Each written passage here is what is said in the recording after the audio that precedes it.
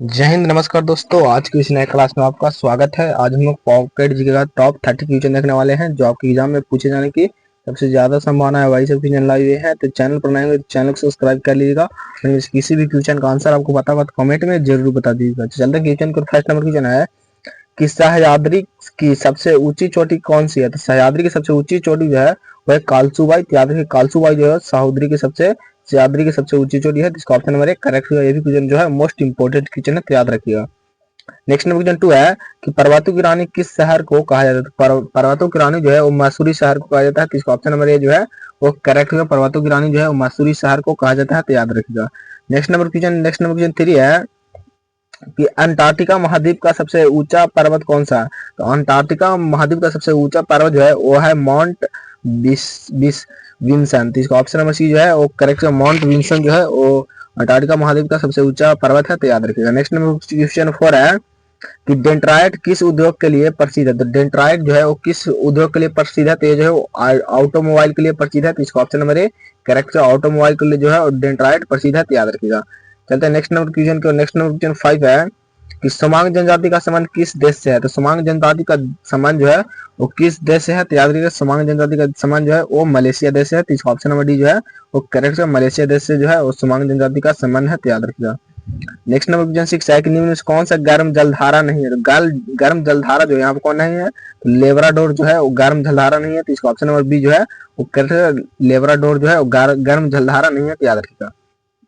Next number question 7 है कि भारतीय दलहन अनुसंधान संस्था कहाँ स्थित है। तो ये जो है वो भारतीय दलहन अनुसंधान संस्था कहाँ स्थित है। तो याद रखिएगा, साथ को जो करेक्ट हो जाएगा वो जगह कानपुर में स्थित है। तो इसका ऑप्शन नंबर बी करेक्ट जो याद रखिएगा। सारा क्वेश्चन मोस्ट इंपोर्टेंट क्वेश्चन है, तो लास्ट तक जरूर रहेगा।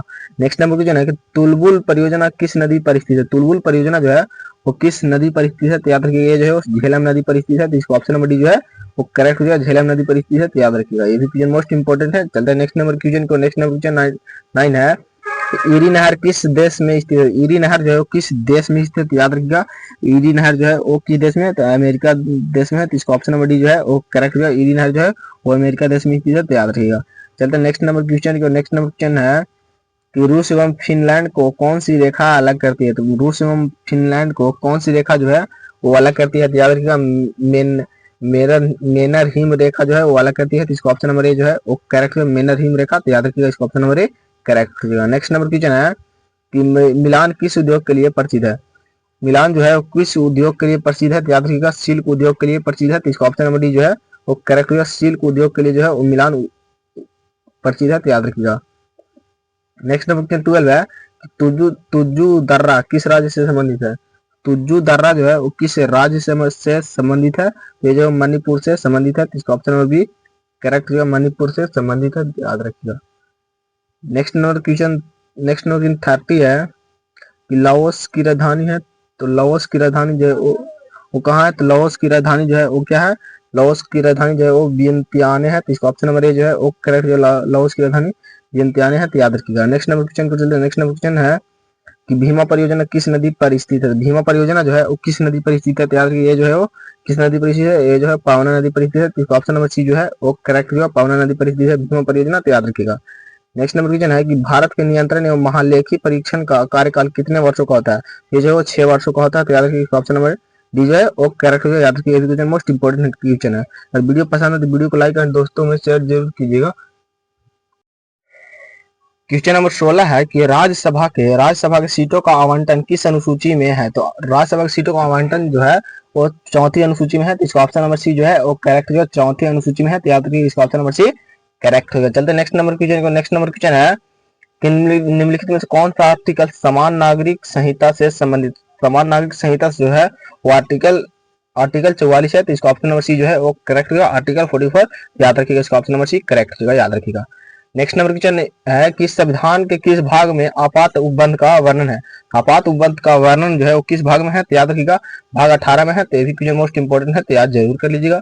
चलिए नेक्स्ट नंबर क्वेश्चन का। नेक्स्ट नंबर क्वेश्चन है कि संसद का वर्णन किस आर्टिकल में किया गया है। संसद का वर्णन जो है वो किस आर्टिकल में किया गया है। संसद का वर्णन जो है वो आर्टिकल 79 में किया गया है। तो इसका ऑप्शन नंबर बी जो है वो करेक्ट हुआ। आर्टिकल 79 में किया गया है, तो याद रखिए। नेक्स्ट नंबर क्वेश्चन 20 है कि राष्ट्रपति पर महाभियोग की प्रक्रिया का वर्णन किस आर्टिकल में, महाभियोग पर वर्णन जो है वो आर्टिकल 61 में है, यानी आर्टिकल 61 में है। तो इसका ऑप्शन नंबर बी करेक्ट हो, याद रखिएगा। ये क्वेश्चन मोस्ट इंपॉर्टेंट है, सारा क्वेश्चन मोस्ट इंपॉर्टेंट है, तो याद जरूर कर लीजिएगा। और इसका पीडीएफ चाहिए तो टेलीग्राम ज्वाइन जरूर कर लीजिएगा, यहाँ पे आपको मुफ्त में पीडीएफ मिल जाएगा।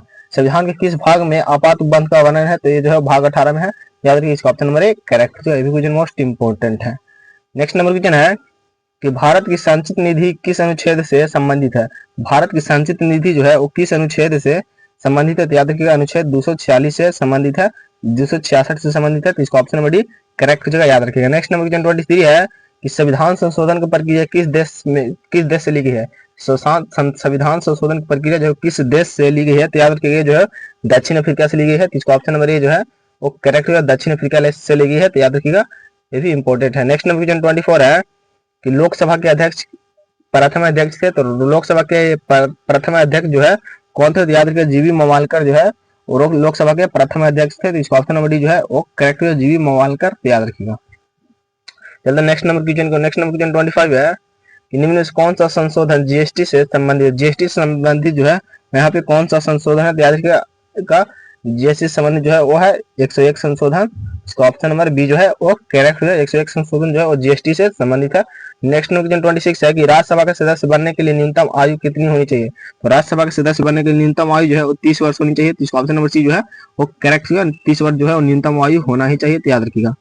नेक्स्ट नंबर क्वेश्चन, भारतीय संविधान में कितनी अनुसूचियां है, तो भारतीय संविधान में जो है वो कितनी अनुसूचियां है, तो याद रखिए भारतीय संविधान में टोटल 12 अनुसूचियां है। तो इसका ऑप्शन नंबर डी करेक्ट है, 12 अनुसूचियां है, तो याद रखिए। नेक्स्ट नंबर क्वेश्चन 28 है कि सर्वाधिक आयु में भारत के राष्ट्रपति कौन बने हैं, तो सर्वाधिक आयु में जो भारत के राष्ट्रपति बने हैं वह आर वेंकट रमन। तो इसका ऑप्शन नंबर बी जो है वो करेक्ट है, आर वेंकट रमन जो है सबसे ज्यादा आयु में, सबसे ज्यादा उम्र में राष्ट्रपति बने थे, तो याद रखिएगा।